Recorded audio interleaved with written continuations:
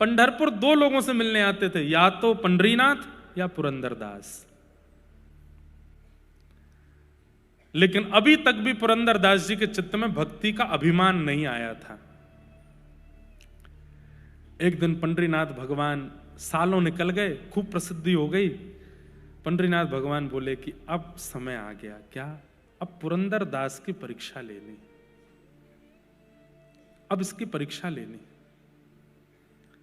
तो कैसे परीक्षा लेंगे? तो मैंने कहा ना, इनसे बढ़िया स्क्रिप्ट राइटर नहीं है कोई। ये ऐसा चक्र घुमाते हैं भैया, आप सोचते रह जाओगे ये क्या हो गया।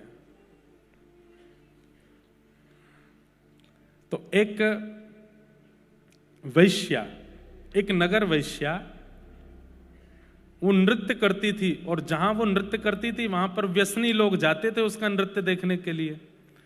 तो वो नृत्य करती थी अपने घर चलाने के लिए, वैश्या थी अपने घर पालन करने के लिए, लेकिन हृदय से परम भक्ता थी पंडरीनाथ भगवान की। रोज पंढरपुर पंडरीनाथ भगवान का दर्शन करने जाती, सौल से अपने आप को छुपा के, क्योंकि उसका नाम तो गलत रूप में लेते थे ना नगर के लोग, तो इसलिए अपने आप को छुपा करके जाती, मुंह ढक करके जाती और पंडरीनाथ भगवान को प्रणाम करती, और प्रणाम करके कहती, मेरे पास कुछ और तो है नहीं देने के लिए, एक नृत्य ही मुझे आता है और यहां मुझे कोई नाचने देगा नहीं। हे नाथ, मेरी भक्ति केवल इतनी है कि मैं रोज सज करके तैयार होकर के नृत्य इसलिए करती हूं कि किसी दिन उन व्यसनियों की भीड़ में आप आओगे मेरा नृत्य देखने और मैं नाचूंगी, आप देखोगे। और रोज पूछती, कब आओगे आप, कब आओगे आप, कब आओगे आप। दर्श बिन दुखन लागे ना। अपने शरीर को संसार के रंजन में लगा रखा है ना, ये संसार तो मुझे अपवित्र बोलता ही है, लेकिन आप पतित पावन अपने आप को कहना बंद कर दो, क्योंकि पतित पावन वो जो पतितों को भी स्वीकार करता हो। मैं पतित हूं इस पंढरपुर में, आपने अभी तक मुझे स्वीकार नहीं किया, आप पतित पावन कैसे हो गए? सबके यहां आप गए हो, सबके ऊपर आपने कृपा की है, मुझ पर कृपा क्यों नहीं? केवल इतना ही तो मांगती हूं कि किसी दिन मेरे नृत्य में आप आ जाओ। जब वो रोने लगी, ठाकुर जी को डांटने लगी और इस प्रकार से विलाप करने लगी, ठाकुर जी बोले, अब ये इसके नृत्य में हम जाएंगे। तो कैसे जाएंगे? तो ठाकुर जी बोले, एक पंथ दो काज, पुरंदरदास की परीक्षा भी हो जाए और इसके नृत्य में हमारा जाना भी हो जाए। कैसे करें? जय हो डायरेक्टर साहब, सही में अद्भुत है ये। क्या किया पता है? पुरंदरदास का रूप धारण करके नृत्य में चले गए। वैश्या नाच रही है और लोग बाग पी रहे हैं, खा रहे हैं, उस पर पैसे उड़ा रहे हैं, धुआं उड़ा रहे हैं और गंदी गंदी बातें कर रहे हैं। बिल्कुल बिल्कुल मतलब कोई धार्मिक व्यक्ति भी वहां प्रवेश ना करे, तिलक वाला भी प्रवेश ना करे, पुरंदरदास तो बहुत बड़ी बात है। ऐसी सभा थी और वहां पे वो वैश्या नाच रही थी और इतने में ही पुरंदरदास वहां आए। तो जो लोग आड़े टेढ़े लेटे थे, पहले तो पुरंदरदास को देखे, आज ज्यादा चढ़ गई है हमको, हैं? ये कहां से आ गए यहाँ पे? पुरंदरदास को देख करके अपनी आंखें मीड़े, फिर खोल के देखें, है तो वही। पुरंदरदास जी वहां पहुंचे और जाकर के जो बैठे थे उनसे, लाओ भाई मसनद हमारे लिए भी लगाओ, आज हम भी देखें क्या नृत्य है। लेकिन वो वैश्या, उसके तो हाथ पांव कांपने लगे। बोले कि हरि नहीं आए, लेकिन हरिजन आ गए हैं, और हरिजन आए हैं। बंधुओं, हरि अगर प्रसन्न होंगे तो वैकुंठ प्रदान करेंगे, लेकिन हरिजन यदि प्रसन्न होंगे तो हरि को प्रदान कर देंगे। हरि प्रसन्न हो ये बाद की इच्छा होनी चाहिए, हरिजन प्रसन्न हो ये पहली इच्छा होनी चाहिए। हरिजन प्रसन्न, आपने हरिजनों को ही उठा रखा है, हरि रिझेंगे आपसे? हरिजनों को ही पीड़ा दे रखी है, हरिजनों को ही कष्ट दे रखा है, हरिजनों को रुलाया है, हरि कैसे मिलेंगे आपसे? वो तो इतनी प्रसन्न हो गई, हे पंडरीनाथ अब आप भले ही मत आना, मुझे तो मिल गया, मेरे हरिजन आ गए सामने। अब तो वो ऐसा नृत्य करे, ऐसा नृत्य करे। लेकिन वहां जो बैठे व्यसनी लोग थे उनको नृत्य दिखाई नहीं दे, वो तो पुरंदरदास को देखें और आपस में चर्चा करें, हमारी पत्नी इनका प्रवचन सुनती है, अभी रुक उसको पकड़ के लाता हूं, दिखाऊं तो सही उसके गुरु का रूप। दौड़ा दौड़ा गया, कोई अपनी पत्नी को बुलाने गया, कोई अपने मित्रों को बुलाने गया, कोई अपने जो जो प्रवचन सुनते थे, जो जो उनको प्रणाम करते, सबको खींच के लाया, देखो तुम्हारा पुरंदरदास क्या कर रहा है। और सब लोग आकर के अपने मुंह पे हाथ, हाय राम हाय, ये पुरंदरदास वैश्या, छी छी, राम राम राम राम राम। हमसे कहा मोह माया से दूर रहो, खुद आ गए यहां पर। हमसे कहा ऐसे मत करो, और खुद बैठे यहां पर वैश्या का नृत्य देख रहे हैं। और महाराज हद तो तब हो गई जब वैश्या ने नृत्य करके नित्य विराम किया, तो पुरंदरदास जी पर वाह वाह वाह वाह, क्या दूं क्या दूं क्या दूं, इतना अद्भुत नृत्य। तो अपने हाथ के सोने का कड़ूला उतार करके वैश्या को दे दिया। बहुत अच्छा नाचती हो, क्या, मैं तो आनंदित हो गया। अब तो महाराज काना फूसी होते होते सुबह हुई नहीं, रात में पूरे पंढरपुर को पता चल गया कि ऐसा हुआ है। सोचो उस समय तो सोशल मीडिया भी नहीं था, तब तो कानों कानों से बात पहुंच गई। कभी कभी मुझे लगता है भक्ति का प्रसंग आग की तरह नहीं फैलता। भक्ति का प्रसंग कैसे फैलता है? शहद की तरह। शहद को फैला दो, उसको यहां से वहां पहुंचने में, शहद भी लिक्विड फॉर्म है, बहुत धीरे धीरे जाएगा। ये भक्ति का स्वरूप है। और संसारी विषय कैसे फैलेगा? जैसे कोई पेट्रोल में आग लगा दो, एक संग सब धराशायी। आपको प्रचार के लिए पैसा वेस्ट करने की आवश्यकता नहीं है। इस संसार का विषय ही ऐसा है कि एक क्षण में लोग बाग उसको एक दूसरे को ले ले ले, देख देख देख, ये क्या हुआ क्या हुआ क्या हुआ। उस समय पे ये हो सकता था, तो आज कौन सी बड़ी बात है। पुरंदरदास जी का इतना अपयश हो गया। अब पुरंदरदास जी प्रेम से सो रहे थे, तो पंडरीनाथ भगवान थे, पुरंदरदास थोड़े ही थे। ठाकुर जी बढ़िया मटकते हुए जा रहे हैं, सब जो लोग बाग खड़े थे मुंह पे हाथ धर के, क्या नाचती है ये। एक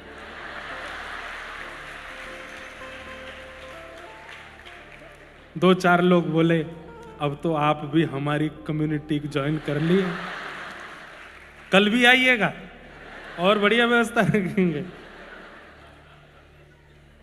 इसलिए हम कहते हैं बहुत बढ़िया डायरेक्टर हैं ये।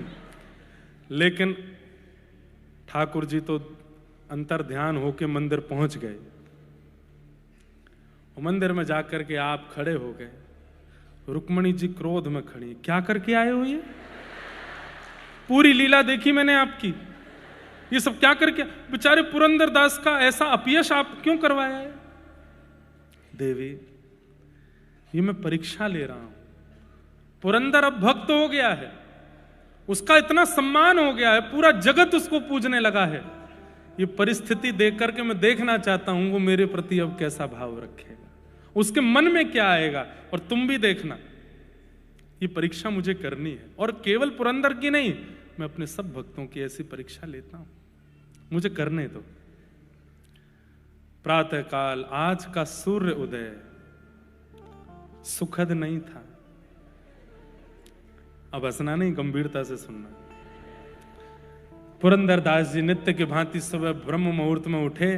उन्हें तो कुछ पता ही नहीं था क्या हो गया पंढरपुर में। उठ करके तिलक स्वरूप आदि लगा करके तैयार हुए। तैयार होने के बाद में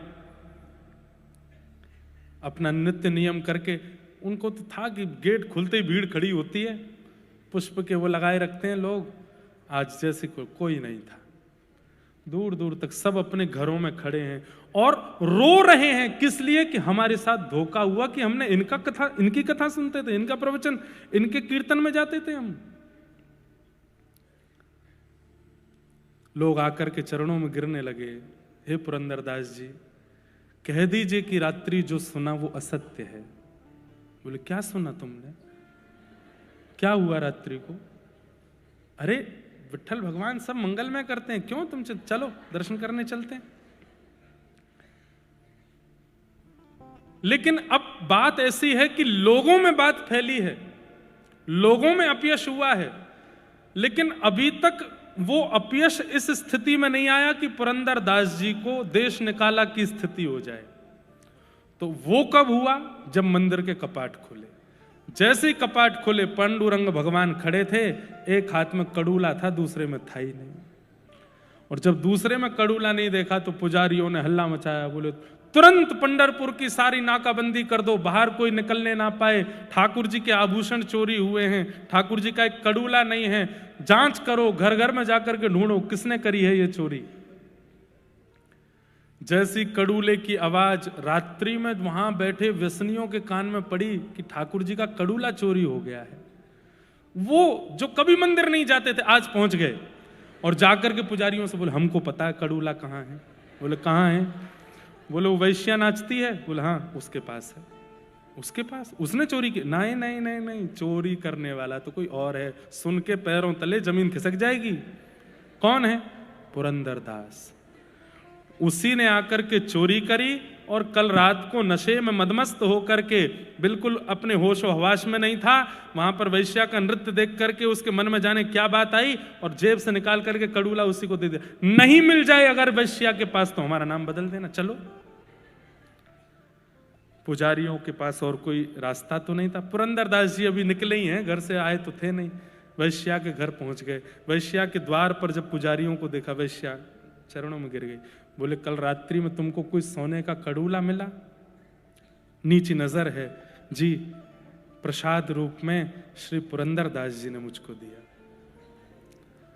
अब वहां कौन समझे कि इसमें सत्य क्या है असत्य क्या है? वैश्या अपने मुख से कह रही है कि मुझे पुरंदरदास जी ने दिया, और जैसे ही भीतर से वो कड़ूला ला करके दिया, पुजारियों के नेत्रों में आंसू आ गए और चेहरा तांब वर्ण का हो गया। बोले इतना पाखंड पुरंदरदास ऐसा कर सकता है? जा करके कड़ूला धो करके ठाकुर जी को पधरा दिया और कहा आज पुरंदरदास नहीं बचेगा। पुरंदरदास जी जैसे ही मंदिर पहुंचे, द्वार पर ही ब्राह्मणों ने रोक लिया। बोले तुम्हारी इतनी हिम्मत, ऐसा किया तुमने? पुरंदरदास जी बोले मैंने क्या किया मुझे नहीं पता। बोले सुनो, अब ये अपनी सफाई देगा, अपनी अपनी बातें करेगा, उससे पहले ये कुछ कहे हमें सुनना ही नहीं है। बांध दो इसको एक खंबे से।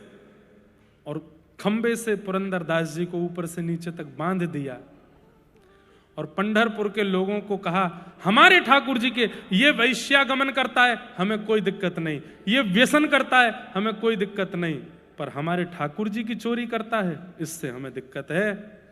हे पंढरपुर निवासियों, अब तो बदला तब पूरा होगा, एक एक करके आओ और आकर के पुरंदरदास पर प्रहार करो। खंबे से बंधे हैं पुरंदरदास, नहीं पता कि मैंने क्या किया। और एक एक करके लोग, सबसे लाइन में सबसे आगे वही खड़े थे जो वैश्यागमन करते थे। सबसे आगे आकर हमारी पत्नियों को कथा सुनाता है, हमारे बच्चों को भक्त बनाता है, खुद के काम देखे थे ना, खूब भला बुरा कह रहे हैं, मार रहे हैं उल्टा सीधा। पुरंदरदास जी के नेत्रों से आंसू गिर रहे हैं और भीतर पंडरीनाथ भगवान खड़े। रुक्मणी जी रोष कर रही हैं, कैसे हो आप? यहां ये पुरंदरदास के साथ इतनी अनीति की जा रही है और आप यहां खड़े खड़े मुस्कुरा रहे हैं। पंडरीनाथ भगवान बोले अब वो देखना जो मैं तुम्हें दिखाना चाहता हूं। रुक्मणी जी ये बताइए कि पुरंदरदास के मन में क्या चल रहा होगा इस वक्त?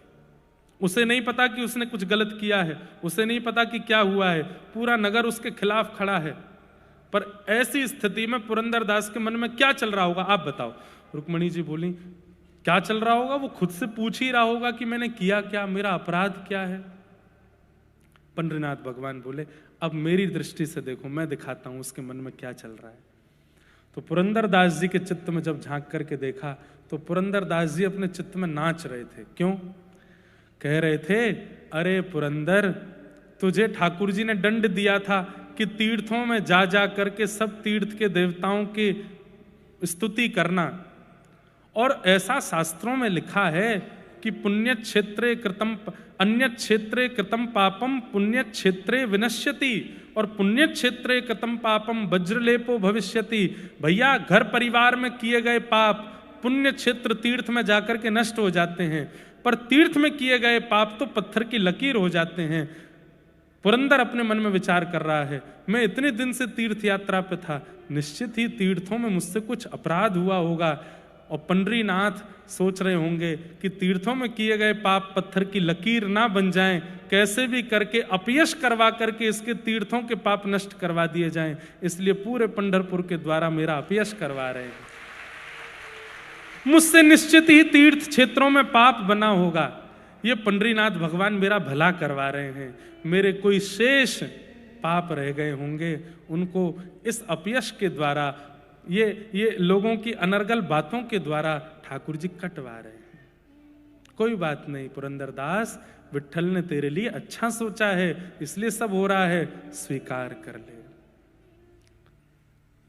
रुक्मणी जी के नेत्र सजल हो गए और पंडरीनाथ भगवान के चरणों में प्रणाम करते हुए कहते हैं, हे भगवान, मैं मान गई आपके भक्तों के चित्त को, जो कैसी भी परिस्थिति जीवन में आ जाए लेकिन विचलित नहीं होते हैं।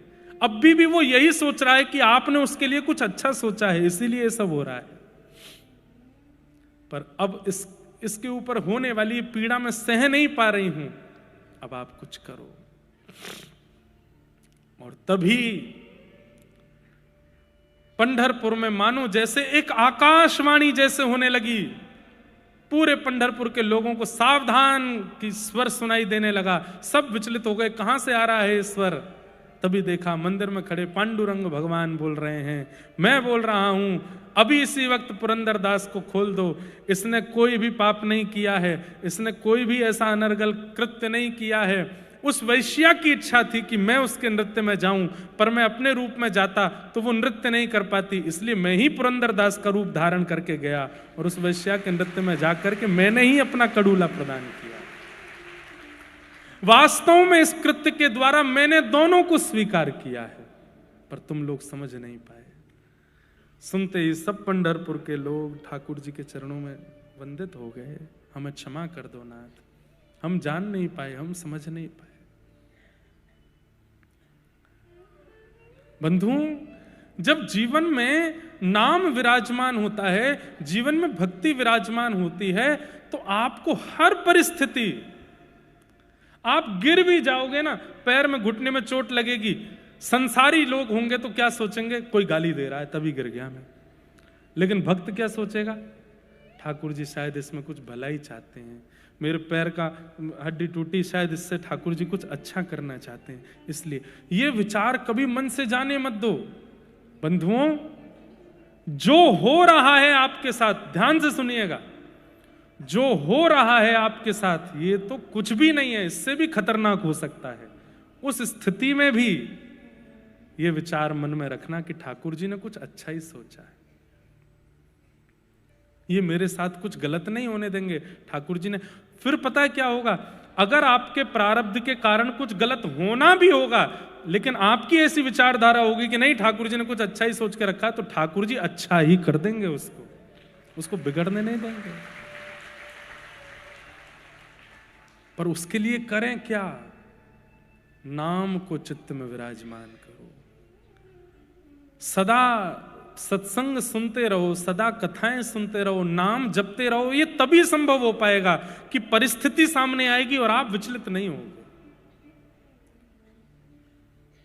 नाम से ठाकुर जी की प्राप्ति, निकुंज की प्राप्ति, कुंज की प्राप्ति अगला विषय है।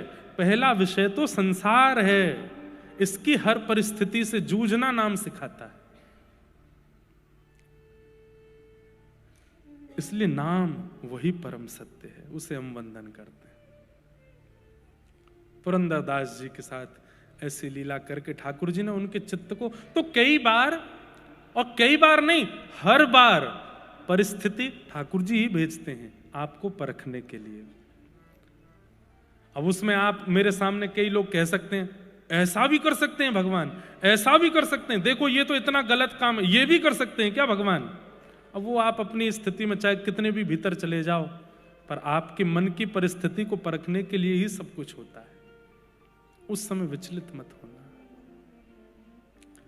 महाभारत युद्ध में जब युद्ध निश्चित हो गया, बीच युद्ध मैदान में अर्जुन खड़ा हो गया, ठाकुर जी युद्ध भूमि को नहीं देख रहे थे, टेढ़ी नजर से आलोक्यम वदनम सख्य अर्जुन की ओर देख रहे थे कि मैं परखूं तो सही इसके मन में अब क्या आ रहा है।